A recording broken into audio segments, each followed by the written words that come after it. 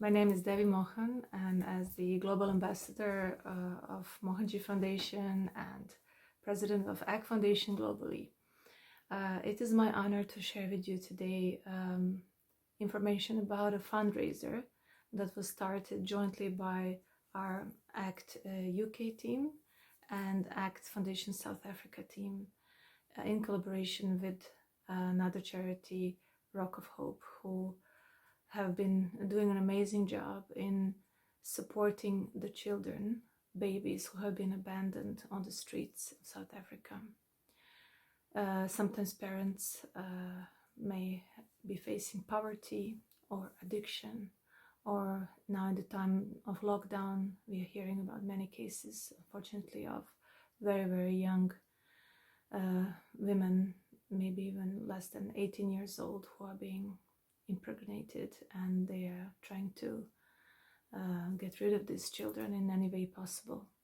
So there are now occurrences of babies being found in bushes, on garbage wastes, on the streets, and we have decided to act.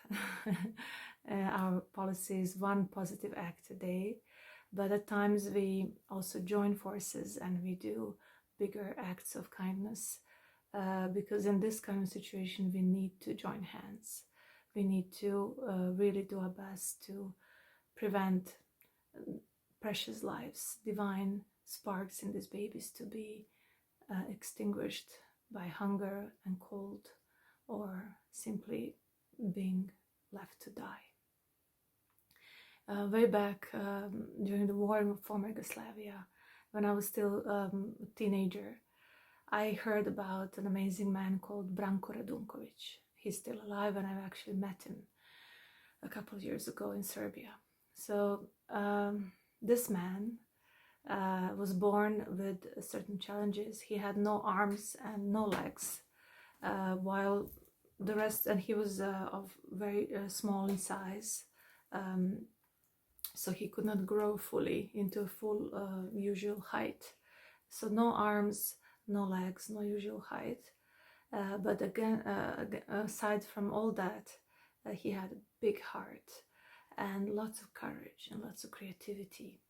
And with time, he challenged himself and he excelled in arts, and he started to make small models out of plywood. He would do it all personally. He would hold the plywood cutter in any way possible, like this, and cut exactly where needed and create the most amazing models of buildings, churches, houses. And they look exactly like the original, with like attention to minutest details. And you would never think that a person with no arms could have made that, no fingers, person with no fingers and no arms could have made that. He also painted, keeping the brush in his mouth.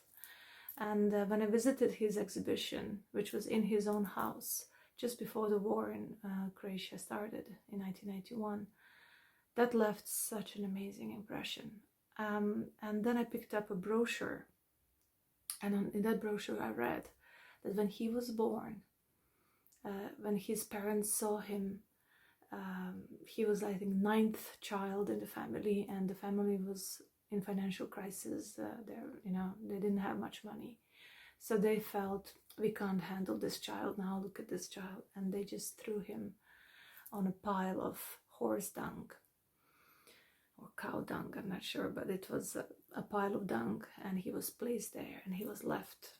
And then some of the neighbors heard a baby crying, and they found him and took him to their home.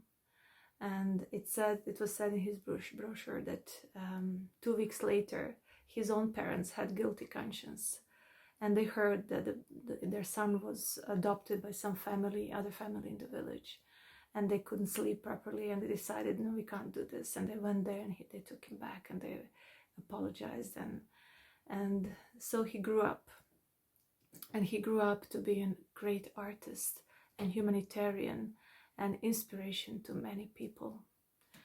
So I'm thinking of many such children in South Africa now who are meant to grow up and become something great, a true value addition for the world, and we have to give them a chance. So do support us, do support this fundraiser. Aside from the children that are abandoned, we also support girls who cannot afford basic sanitary napkins and cannot attend school because of that. So these two noble causes are being fundraised for, and you can find the link below, or visit agfoundation.org to find out more about us and to join us. Any volunteering is always appreciated, aside from the donations. May you be blessed, and may you enjoy the beauty and the power of giving.